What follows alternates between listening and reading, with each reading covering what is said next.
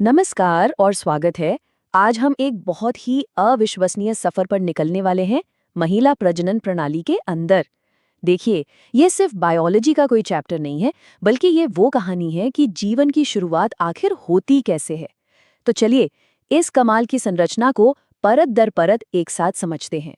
तो इस सफर में हमारा रोड मैप क्या है? सबसे पहले हम समझेंगे कि ये सिस्टम असल में काम क्या करता है। फिर हम इसके मेन हीरोज यानी अंडाशय, फैलोपियन ट्यूब और गर्भाशय से मिलेंगे।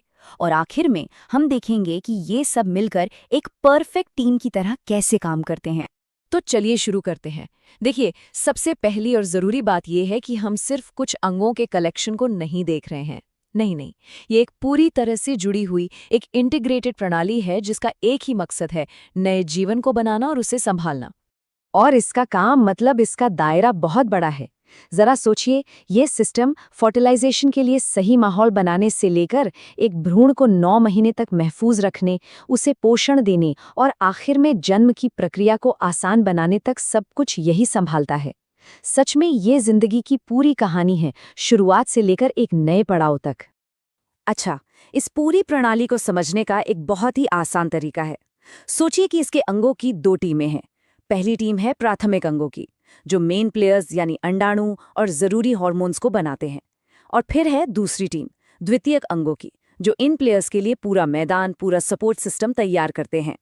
तो चलिए अब अपनी यात्रा की शुरुआत करते हैं, ठीक उस जगह से जहां से सब कुछ शुरू होता है, अंडाशय। आप इन्हें इस पूरी प्रक्रिया का पावर हाउस कह सकते हैं, क्योंकि ये सिर्फ एक नहीं बल्कि दो जरूरी भूमिकाएं निभाते हैं।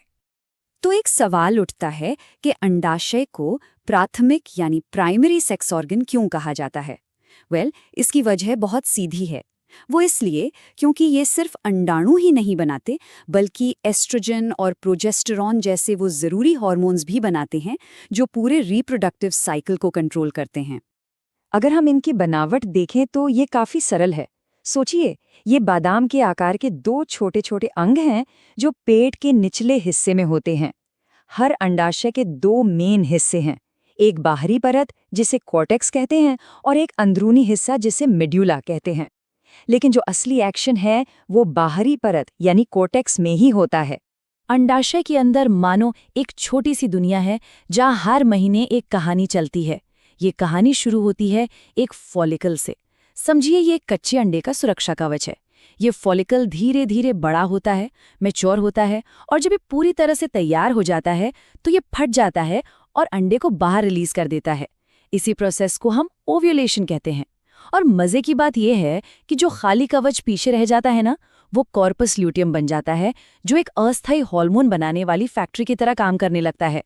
तो ठीक है, अंडाणु अब अंडाशय से बाहर तो आ गया है, लेकिन इसकी यात्रा अभी तो बस शुरू हुई है। अब इसे एक खास रास्ते पर चलना है, और वो रास्ता है फैलोपियन ट्यूब।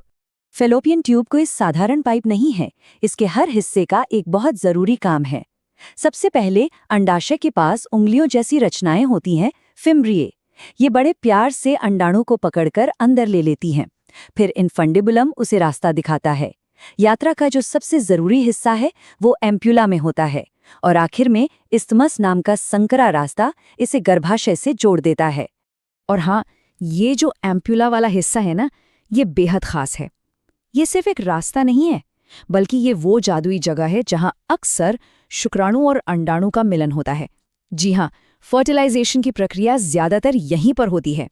तो अंडाणु की यात्रा का जो आखिरी पड़ाव है वो है गर्भाशय। इसे कुदरत ने खास तौर पर एक विकसित हो रहे भ्रूण को संभालने और उसे पालने पोसने के लिए ही डिजाइन किया है।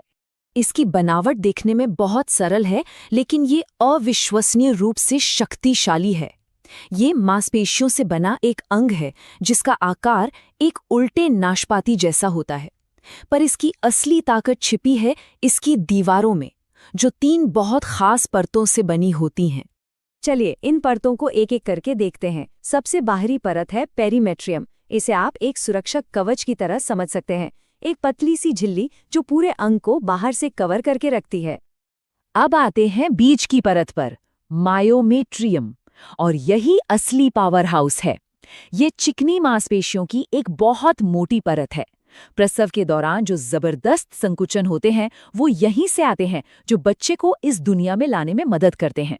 और सबसे अंदरूनी परत है एंडोमेट्रियम।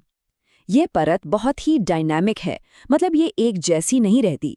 ये हर महीने मासिक धर्म चक्र के साथ बदलती रहती है, खुद को एक फर्टिलाइज्ड अंडे का स्वागत करने के लिए तैयार करती है।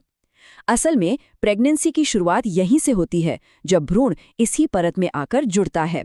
तो हमने सारे अलग अलग हिस्सों को तो समझ लिया। अब चलिए एक कदम पीछे हटते हैं और देखते हैं कि ये सभी हिस्से एक साथ एक टीम के तौर पर कैसे काम करते हैं। तो चलिए फटाफट से इस पूरी यात्रा को एक बार फिर से देखते हैं। कहानी शुरू हुई अंडाशय में, जहां से अंडाणु रिलीज हुआ। फिमरिये ने उसे पकड़कर फेलोपियन ट्यूब में पहुंचाया, जहां फर्टिलाइजेशन हो सकता है। और आखिर में ये सफर गर्भाशय में खत्म होता है, जहां भ्रूण इम्प्लांट होता है और बड़ा होता है। ये समझना बहुत ज़रूरी है कि ये कोई रैंडम प्रोसेस नहीं है। हार्मोन बनने से लेकर भ्रूण के इम्प्लांट होने तक हर एक कदम एक बेहतरीन बायोलॉजिकल सिम्फनी की तरह काम करता है, जहां हर साज की अपनी एक अहम भूमिका है। और यहीं पर ये कहानी हमें एक बहुत बड़े और दिलचस्प सवाल पर लाकर छोड़ देती है। हमने ये तो देख लिया कि ये सिस्टम कैसे काम करता है, लेकिन ये सब एक बहुत सटीक मासिक चक्र, एक मंथली साइकिल पर चलता है। तो सवाल ये है कि इस टाइमिंग को, इस घड़ी को कौन कंट्रोल करता है? इस पूरे ऑर्केस्ट्रा का कंडक्टर कौन है? खैर, इसका जवाब छिपा है हार्मोन्स की फैसिनेटिंग दुनिया में।